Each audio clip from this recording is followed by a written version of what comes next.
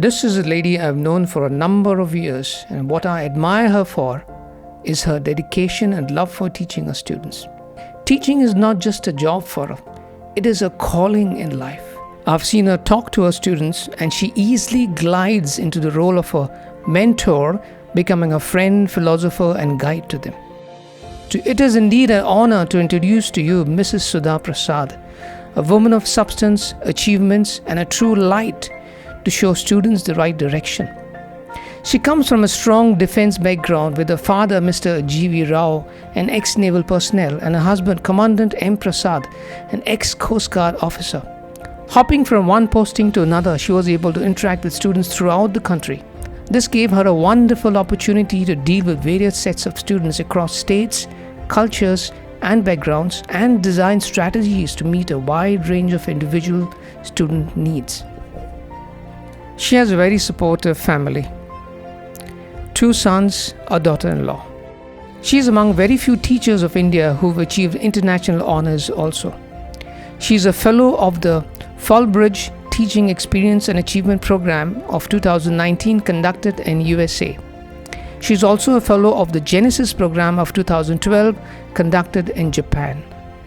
With her immense experience in teaching and interacting with students of different backgrounds, cultures, states, and countries, I thought to ask her to share some of her wisdom with us. I believe truly that this lady's wisdom could help a lot of students find light and direction in their studies in today's situation, especially since the lockdowns have caused many difficulties for schools, teachers, students, and their parents. Ma'am, how can students be motivated to study better? Motivation is what sets you in motion, and habit is what keeps you going, said Jim Ryan, a famous American politician and Olympic athlete. Which means if you are motivated and that becomes a habit, then nothing can stop you. And for students, it is very, very essential to be self-motivated. But the question arises, how to remain self-motivated? Today, let's look into this topic. So firstly, I would recommend students to list out the reasons as to why he or she wants to do academically well. And the reasons could be many. Maybe to get into the best school or university of their choice, or to pursue a career or a course of their passion, or to land a dream job, or maybe to fulfill their parents' dream, or simply just to excel in the upcoming exam. Whatever reasons, they can just list it out, put it on the study desk, or paste it on the wall. This should motivate the students whenever they feel low. The point here is, if you know the why, you will find out the how. Which means, if the student can understand why he needs to study, he will definitely find out the reasons or the method of how to go about his studies. Right? A planned approach is the most efficient way forward. How should students plan their studies? Go from extensive reading to intensive learning. So basically, a macro plan for the whole year and a micro plan for each month. Start preparations well in advance. Again, it depends on what kind of exams you are preparing. If it is NEET or IIT JEE, then you should be starting preparations almost a year in advance. And if it's regular school examination, then probably 2 to 3 months before go for extensive reading of the textbook or the study material, and just 1 month before concentrate on the main important topics. So before the exam, the school examination, you should have completed at least 2 revisions. That is my advice to you. Break large material or task into small manageable chunks. For example, reading 2 to 3 pages a day, learning 4 to 5 question answers per hour. Okay? Could you give us a tip on how students should make notes to help them? Review the contents of the textbook and prepare short notes. The best method would be to write in points. So during exams, if you remember the points, you can elaborate them. It works very good for the short answer questions and the essay type questions. While learning, I emphasize students to highlight the key words as they read the textbook, and also to write all the key points on small stick-on notepad and stick it on the page. It will look something like this. Like this. So that's the textbook. You highlight the keywords, and the gist of these key points you just write on the stick-on notepad and stick it on this.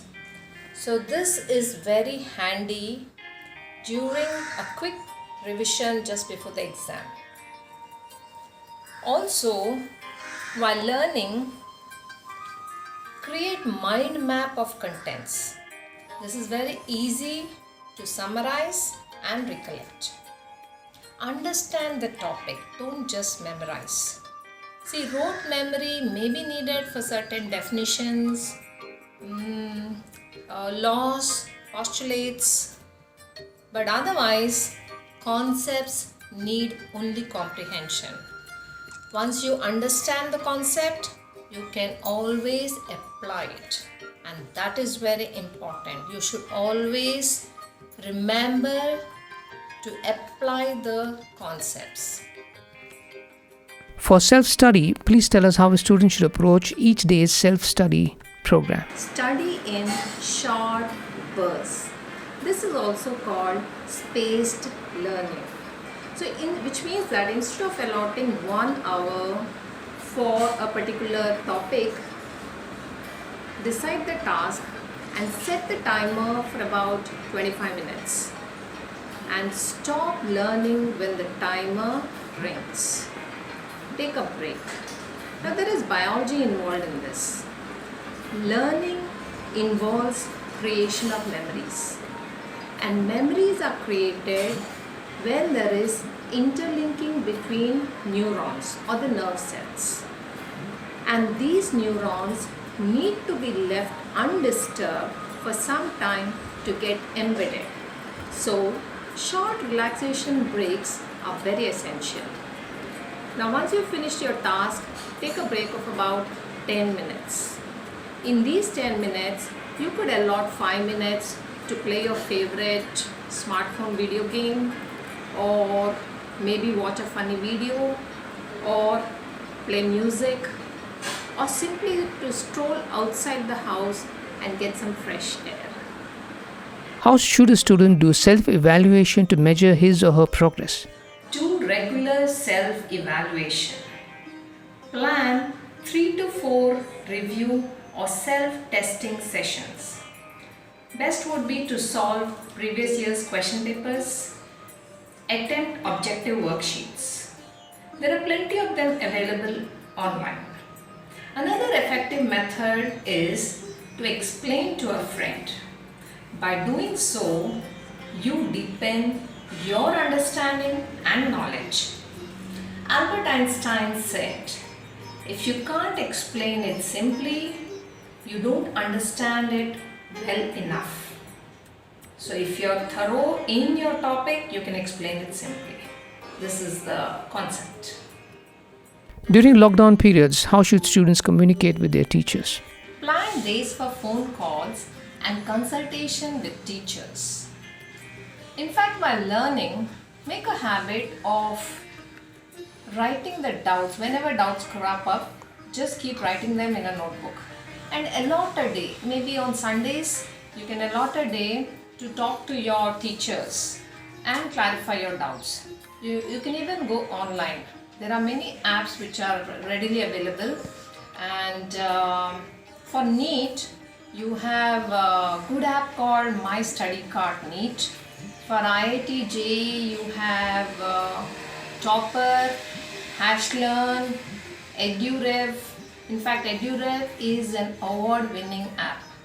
So these are all very handy. Keep clarifying your doubts. What would be your advice for students on other matters to help in their studies?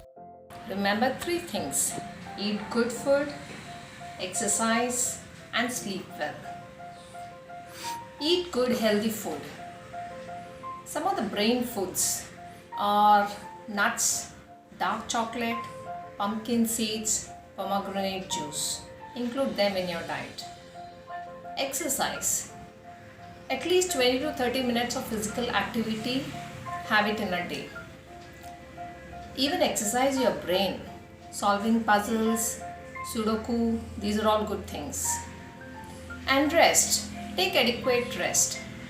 About 7 to 8 hours of sleep per night is essential. And to sum it up, I would say 3 key words for success. I call it HD square. Hard work, determination, and dedication. Remember, hard work always pays. Determination. Believe in yourself. Say, I can do it, and you will do it. Dedication. Show total commitment and perseverance. Success will be yours. What would you like to suggest to the students' parents? Every parent tries to provide their best to their children, especially related to education. Parental expectations play a critical role in children's academic success. Research has shown that students whose parents hold high expectations receive higher grades and do well academically. But again, in my long teaching career, especially handling teenagers, I have often seen students undergoing severe psychological stress related to choosing a course. They are in a dilemma whether to pursue a course of their choice or parents' choice, in which they are least interested. So, my sincere suggestion to parents would be kindly allow your children to chase their dreams, not yours. More so if their goals differ from your desires. If their goals match with your desires, you want them to be a doctor or an engineer or anything of that sort, and they're happy with it, fantastic. But if they are not interested in what you desire, then please let them do what they want. As it is, children are growing in a stressful, competitive world. So let's not add more stress to them as parents, right? I have always seen students excel whenever they do something of their own interest and passion. Okay? School teachers are under stress these days and working hard. So, what would be your message for school teachers? Teachers are not common people, and common people are not teachers. I believe teachers are magicians. Students will always enjoy your class if you can create magic in your classroom. So just involve some surprise element in each of your session. Maybe hands-on activities, or share some real life incident, or maybe sometimes just take them out for a walk outside or have a session outside the classroom. Students love all of these. Just be creative. Teaching is the art of assisting discovery. So guide students to unravel the mystery of your subject by using innovative methods. Remember, today's generation is tech savvy. We all know that. So as teachers, we need to update our knowledge and share extra information beyond their textbook. Every child is unique. Let's help them realize their potential, make them self-reliant, and mold them into an asset for the society. So, my dear fellow teachers, I wish you all happy learning and happy teaching.